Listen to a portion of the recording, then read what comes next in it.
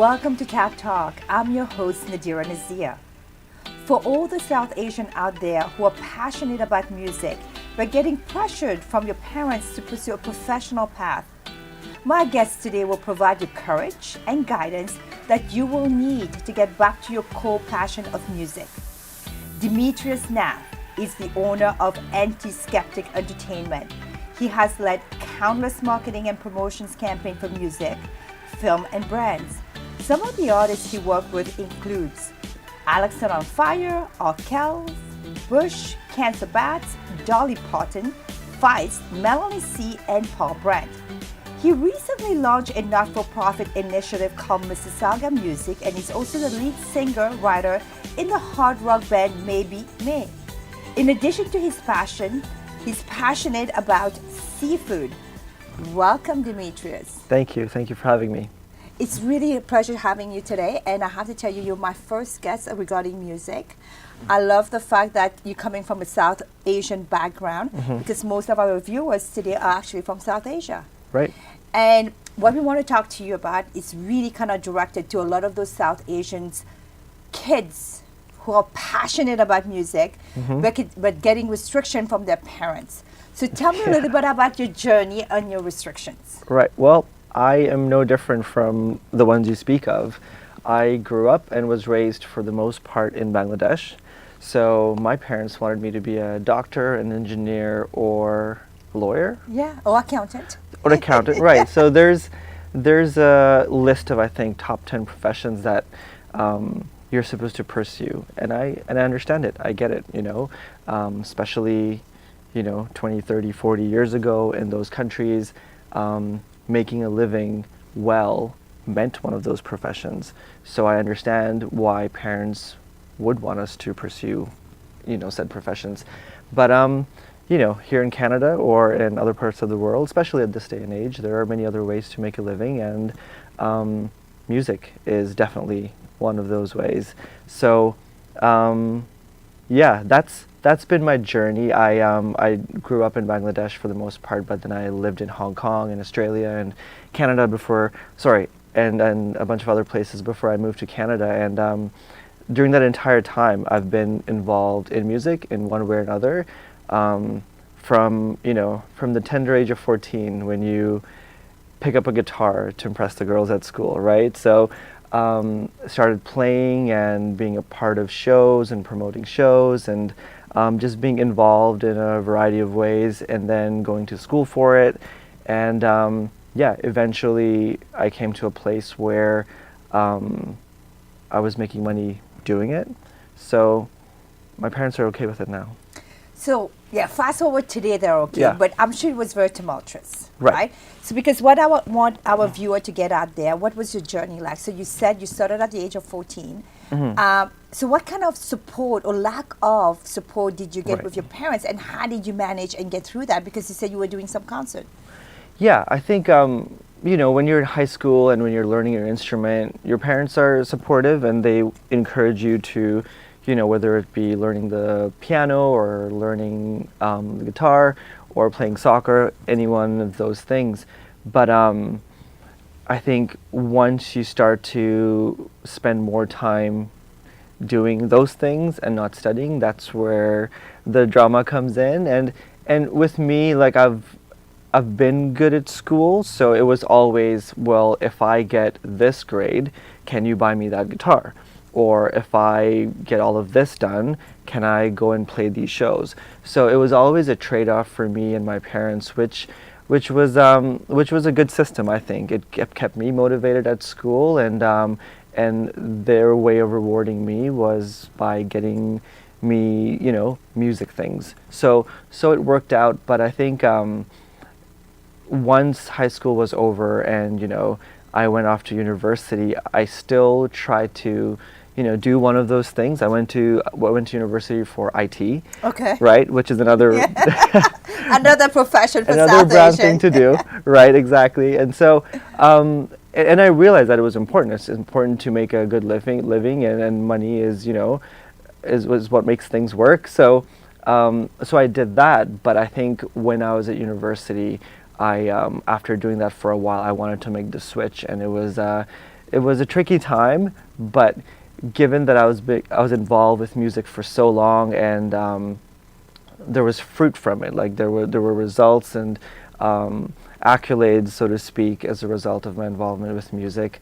It was a difficult transition, especially for my parents. But in the beginning, I presented like a temporary thing, right? So if you just tell your parents that you don't want to do what you set out to do and completely change your future and your career around, at 19, I don't think you really know what you're going to do at 19 anyway. So you ease them into it, but did you finish IT or you didn't? I did. Oh, you did finish? I did. All right. Yeah, Okay. I think it's important to, the education of any kind is never bad. Like it's always something that contributes to your overall, being. And so I finished what I went to for university, but then I didn't continue pursuing it as a career or further education in that sense. So it was so I think they were happy that the one thing was done, but they were disappointed that I wasn't continuing in that path. But I hear people changing their careers when they're 40, Exactly. right? So so it was, I was also halfway across the world when this transition was taking place, so I doubt if I was under the same roof it would happen. It would have been a lot harder. It would have been very difficult. Yeah. So what I'm hearing you say here, and for the viewers, especially when you're younger under the parents' roof, is make sure that you bring your grades and do your chores or do whatever is expected Right. Yes. of you, because that's a good bargaining chips, because you said this is what you did to get them to take you places, to perform, or to buy you a guitar, Yeah. right? Yeah, you have to show your parents that you're capable of, I guess making those choices for yourself, Yeah. right? And if you're not good at school, if you're not doing your chores like you say, or if you're not, doing well in other aspects of your life, then how can they trust you with your career decisions, right? And So- it sounded like you had a fallback career, just in case music didn't really pay the bills. Right. It was just a passion, because Yeah. it's really hard to break into the industry. Right. So you had a fallback career path that you got an education for, and I guess that makes your parents also feel a little bit better. Yeah, Right? I think it was a good safety net for the time being, and I think I think people say that you must, well, especially artists, they say you need to have a plan A and go for it. Go all out, no plan B, and I don't agree with that. I think Okay. you should have plan A, B, and C, because you never know where your life will lead you and take you career-wise, personally, all of those things put together. So the more you can diversify your being and then also your revenue stream, the safer you'll be in the long run. Absolutely. Yeah. So we're going to take a quick break. We're going to come back and continue talking to our viewers about how to enter the industry with your South Asian parents, and also what other support that's out there that you can get. We'll be right back.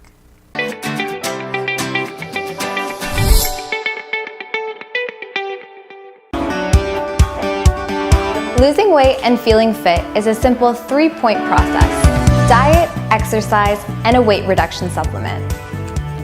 VeggieSlim by Greenish is a Health Canada approved weight management formula that's effective, safe, vegetarian, and natural to use. Combined with the right diet and exercise plan, VeggieSlim will bring you back onto the path of healthy living.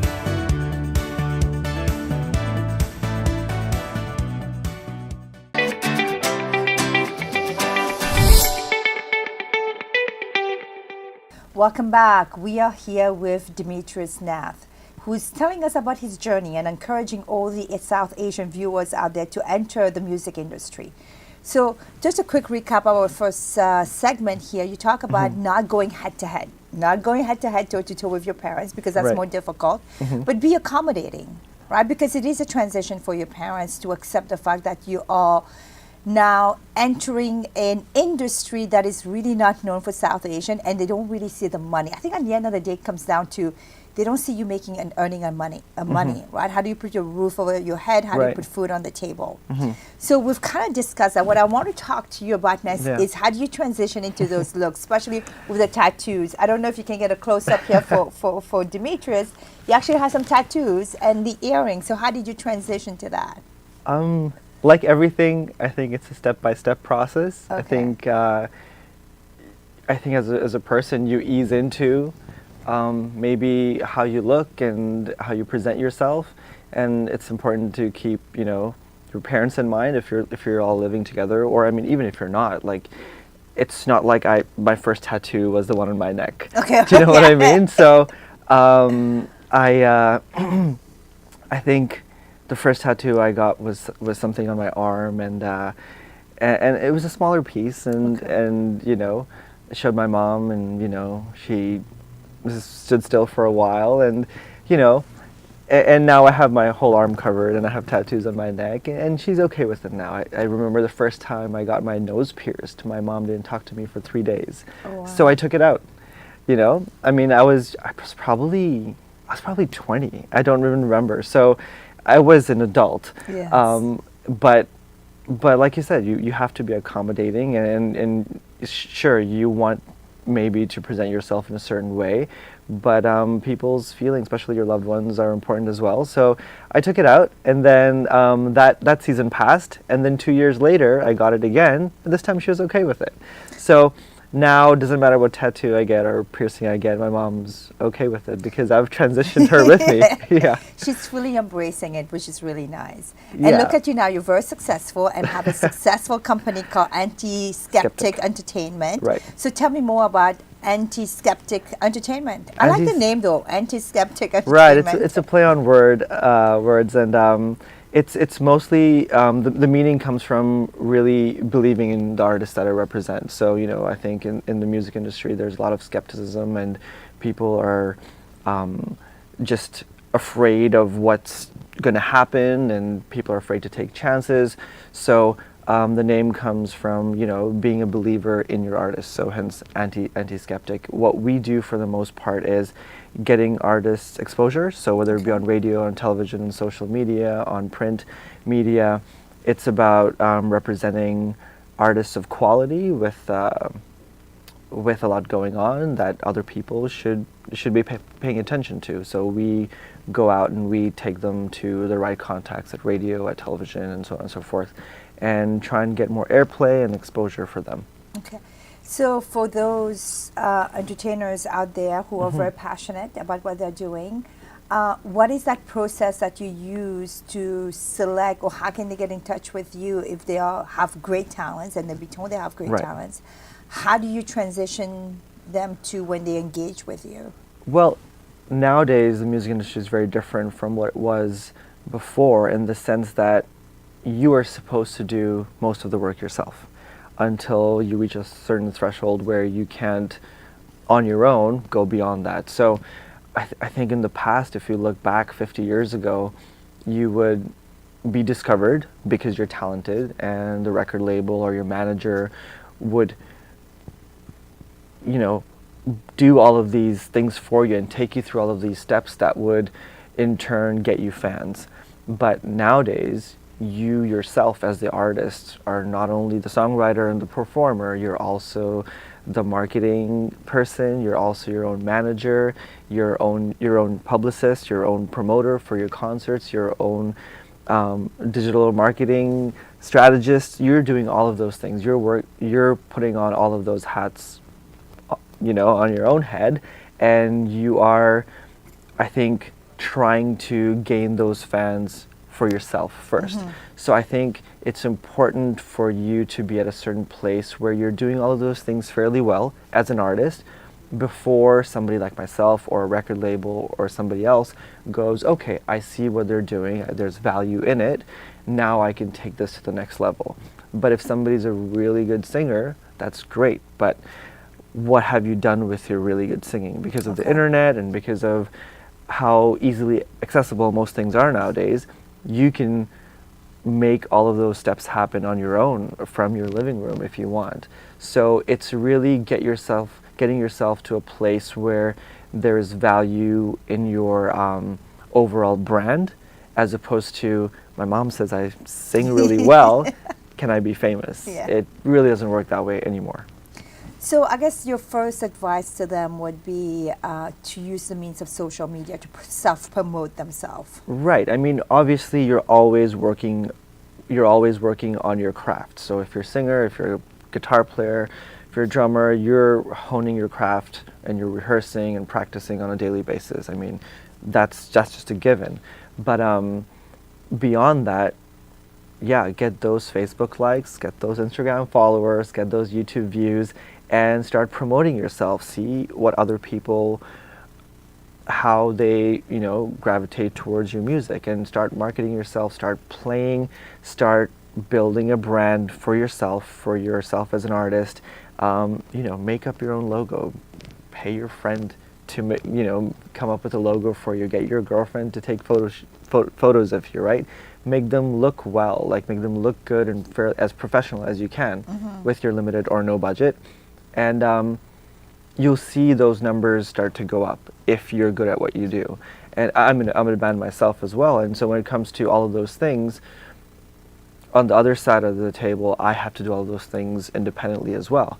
And eventually, if you're good at what you do, you'll start to see traction. And only then will other business people in the industry be interested in you. Because nobody wants to hold your hand, at home making Facebook posts for you. No, especially in the social media age, you can self-start yourself, right? You can push it as much as you can. Yeah. But at the same time, to get the support of your parents, do well in school. Stay in school, do well in school, continue. Yeah. And I like the fact that you say, hey, have plan B and C, because you never know what life's going to throw you. Right? Exactly. So we're going to take a quick break, and we're going to be right back.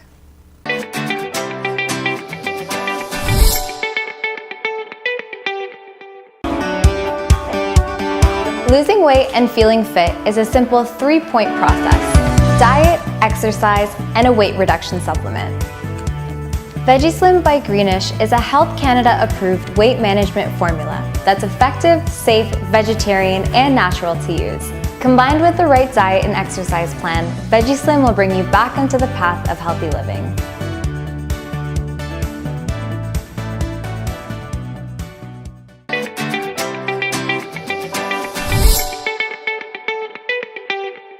Welcome back. We are here with Demetrius Nath, which is the owner of Anti-Skeptic Entertainment.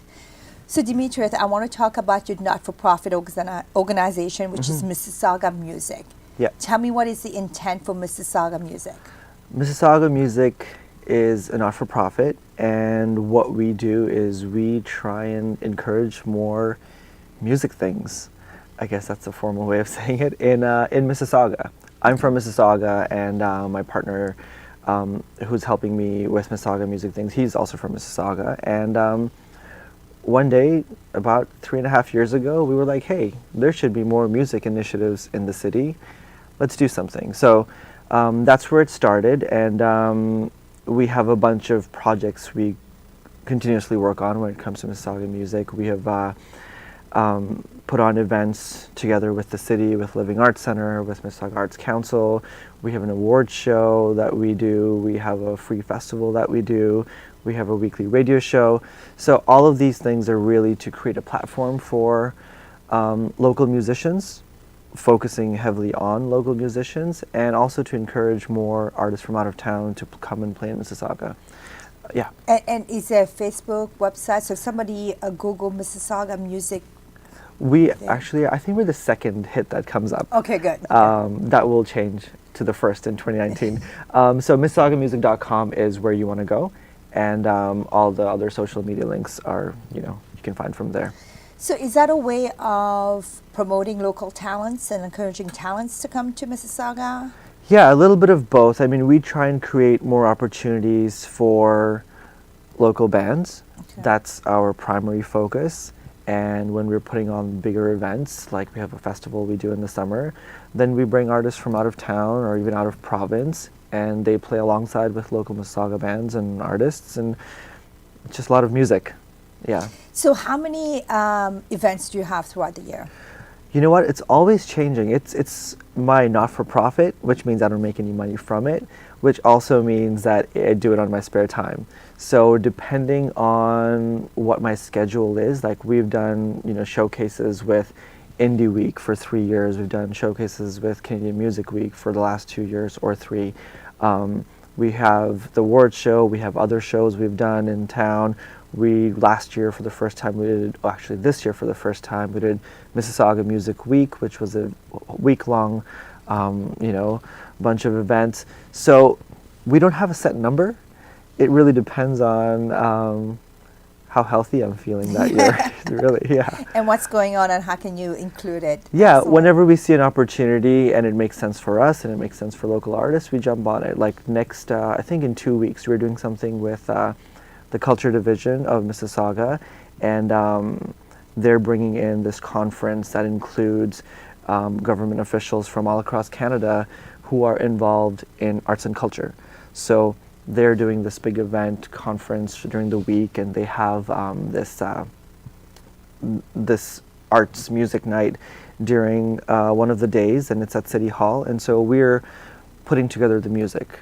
We've never done this before because this is the first time Mississauga is hosting it, but it's a good fit. It's a good way to expose our artists to all of these people who might eventually end up hiring some of our artists. And it's also a paid gig where, the mayor writes the check. So it makes sense for the artists, right? Absolutely. So it's an example, very good example of how we come in and we go, hey, we can, it was actually them that reached out to us. They were like, hey, who would you have played this event?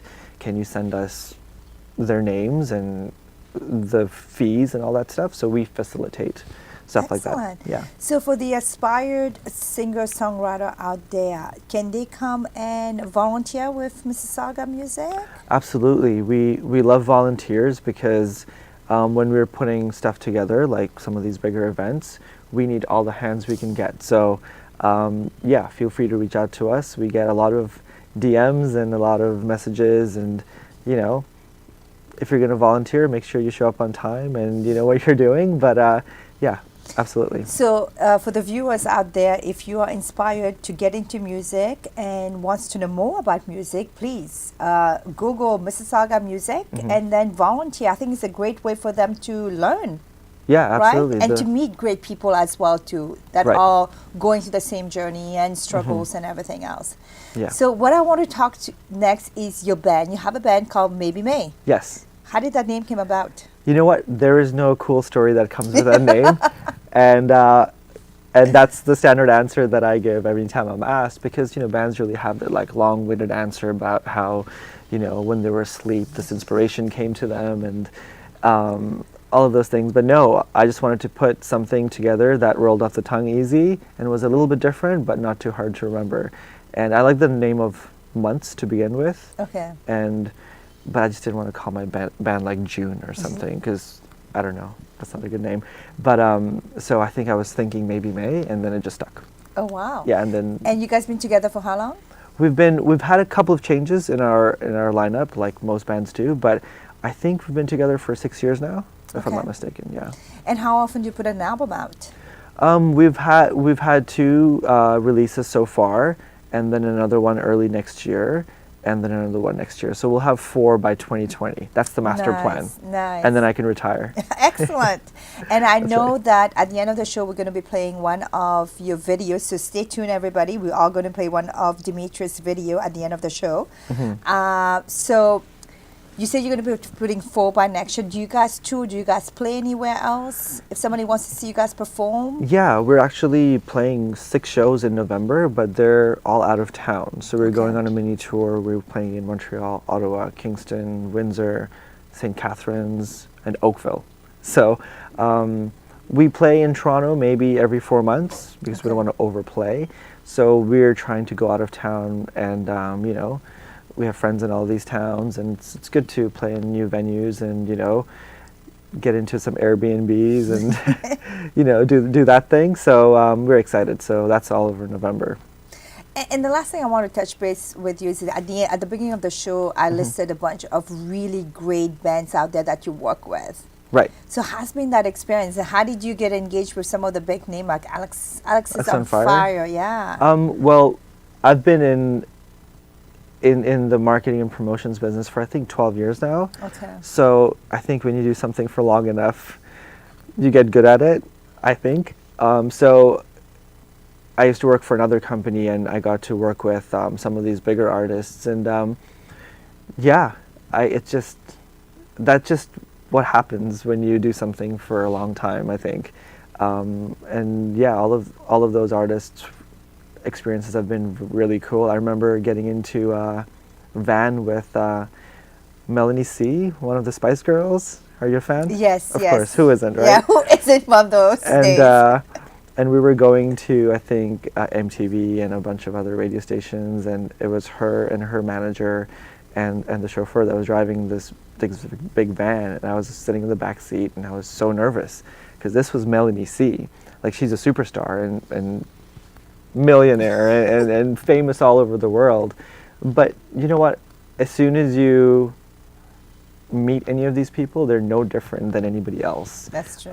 There's only some of them that might have attitudes, or they just woke up too early that day. But everybody's, because you see them on a screen or because you see them on a magazine, that you feel like, oh my gosh, they're amazing. Maybe they've inspired you with their art and their music, but they're all humans just like the rest of us. I like the fact that you're extremely very humble, so I appreciate that. And I like the fact that you also mix business with your passion. So you were able to monetize on the business side, being a promoter, at the Right. same time stay true to who yourself, that core musician that you are. Yeah, I mean, that's an itch I have to scratch, and I probably will for a long time. I mean, that's where I spend a lot of money and don't make any money. Just going on the road and playing and enjoying that aspect of things. But I mean, if you love music and if you're a performer and if you like writing, then don't stop doing it. I mean, you can do it in different capacities. Doesn't mean you have to quit all your jobs and do that in your basement all day.